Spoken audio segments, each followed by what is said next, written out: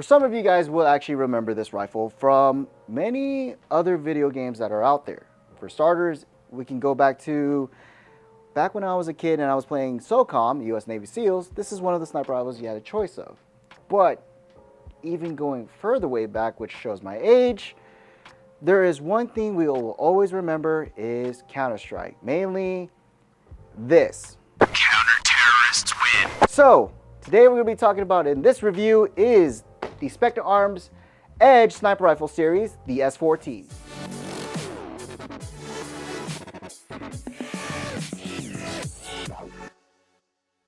Hey, what's up guys, and welcome back to another episode of Airsoft Master. And today we're going to be talking about is the Specna Arms Edge series for the sniper rifle. Mainly we have here is the S14.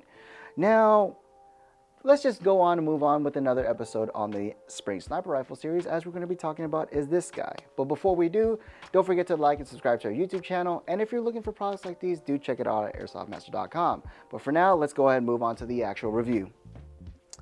So what do we know about this rifle? Well, for many names that we do know it from, like either US SOCOM Navy SEALs, Battlefield, we'll know it as the actual nomenclature as the L96.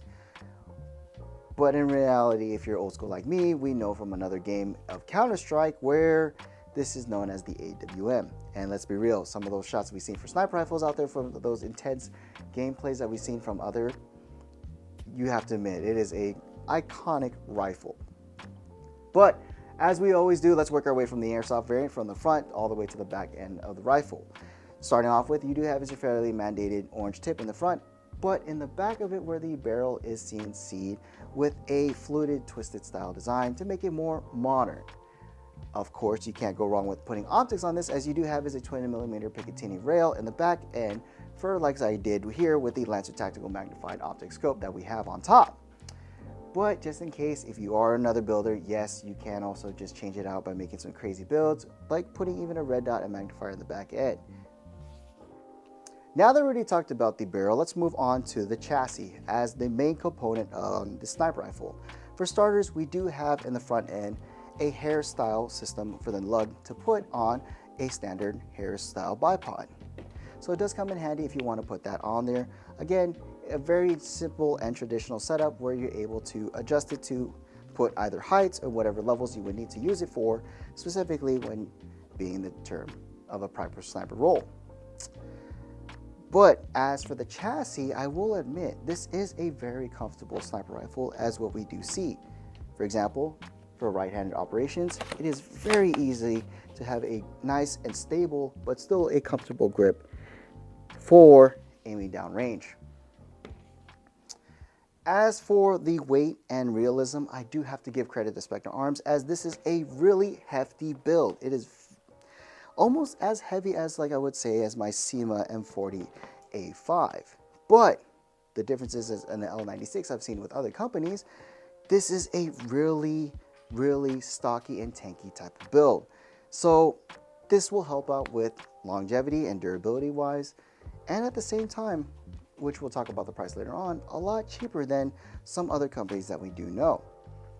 To continue off with the chassis, one thing I do notice is you do have is multiple sling mounts on different areas from the left hand and a right-handed operation. What's also nice is with the back end of the stock, you do have is adjustable cheek riser to help level with your sight in need be. As well to that, you can also adjust the length of the butt pad by removing the spacers behind it.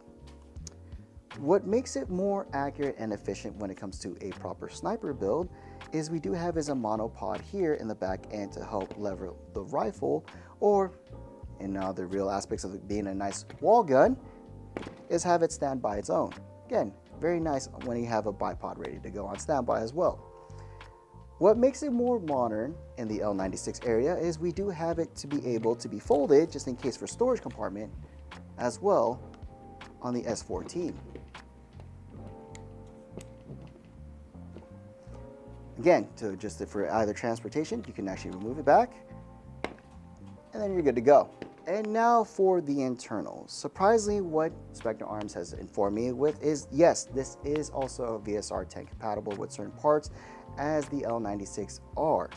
Again, you can change it out with certain things, but again, I would say recommend to bring it to a proper tech to find out exactly what parts can be changed out to be more of a reliable as certain types of builds that you would need to upgrade it to either certain Milsim games that are out there or even just field legal to your local airsoft field out there.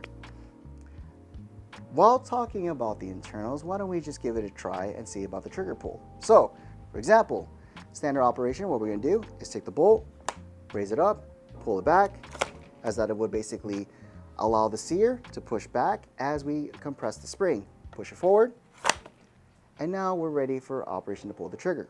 Again, what I do like is what Specna Arms did is they gave you that flat blade trigger pull. So, again, a little bit more modern. And as for operation-wise, we're at the wall. Very, very light on the stroke on the trigger pull. Try that one more time. There's the wall. Creeps a little bit. There we go. So one thing we do know for sure about the Specna Arms is it is very responsive on its trigger pull for being a single shot sniper rifle. So you do have it right on the wall just to follow up with that next shot. Now when it comes to adjusting your hop up, it's as easy as simple as removing the magazine in the back of the mag well, and you do have is the provided Allen key that is given to you to help adjust the inside, where you would basically change it from clockwise to counterclockwise to increase or decrease your backspin of BBs depending on whatever weight you want to use out there in the field. I'm using 0.20 gram BBs.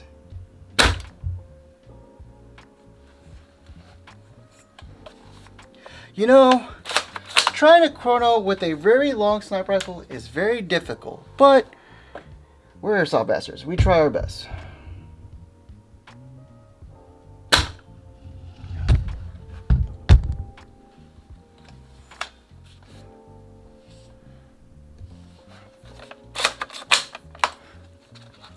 Give it one more go.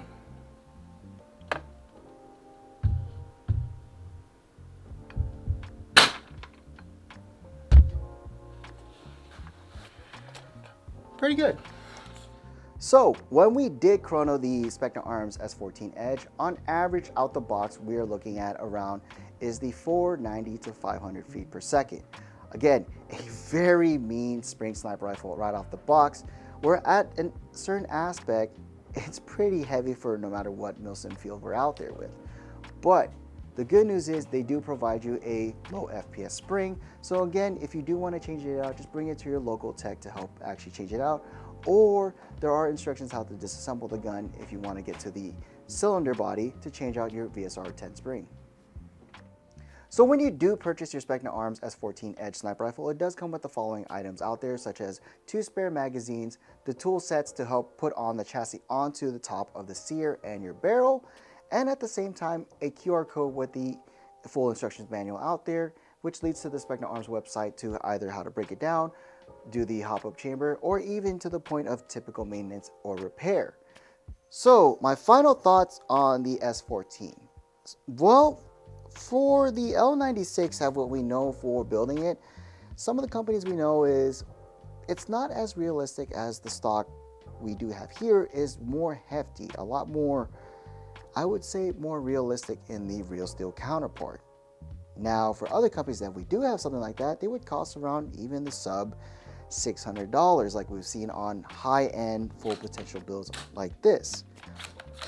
This is where I have to give credit to Specna Arms, as for this one, it's going for about $260 to $270. So you end up with something more fully built and durable in the chassis, and at the same time a VSR compatible build. If you're looking for something like that for sniper rifle, specifically on the L96, I think we do have a key winner point out here.